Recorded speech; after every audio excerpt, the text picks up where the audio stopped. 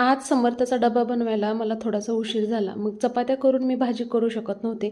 त्यामुळे इथं थोडंसं डोकं लावलं आणि चपातीमध्येच डायरेक्ट तिखट, मीठ, तेल लावून घेतलं. त्यावर तिखट, मीठ टाकलं, थोडीशी धनी पावडर टाकली, लाल तिखट, काळं तिखट, कोथिंबीर, कसुरी मेथी आणि थोडेसे तीळ हे टाकले. तुम्हाला आवडत असेल तर तुम्ही थोडासा ओवा किंवा जिरे हे टाकू शकता. तर ओवा समर्थाला आवडत नाही, त्यामुळे मी तिळावरतीच भागवलं. छान असं मोदकसारखं करून घ्यायचं आणि मस्त लाटून घ्यायचं. तो मसाला आहे तो आतमध्येच राहतो आणि त्याला आवडतं. पहिलंही आपल्या चॅनलवरती ही रेसिपी आहे, आपल्या जुन्या चॅनलवरती. आणि मी आता डेली ब्लॉगिंग तर करतच आहे, मिनी ब्लॉग. तर त्यात मी आता रोज माझ्याबद्दल थोडी थोडी माहिती तुम्हाला सांगणारच आहे. तर मी यूट्यूबवर काम कधीपासून करते आणि माझे किती चॅनल आहेत. तर मी 1 ऑगस्ट 2019ला मी पहिलं चॅनल काढलं होतं समर्थचं, समर्थ लाईव्ह. आणि त्यानंतर 10 ऑगस्ट 2019ला मी माझं दुसरं चॅनल काढलं होतं, सुधा रेसिपी.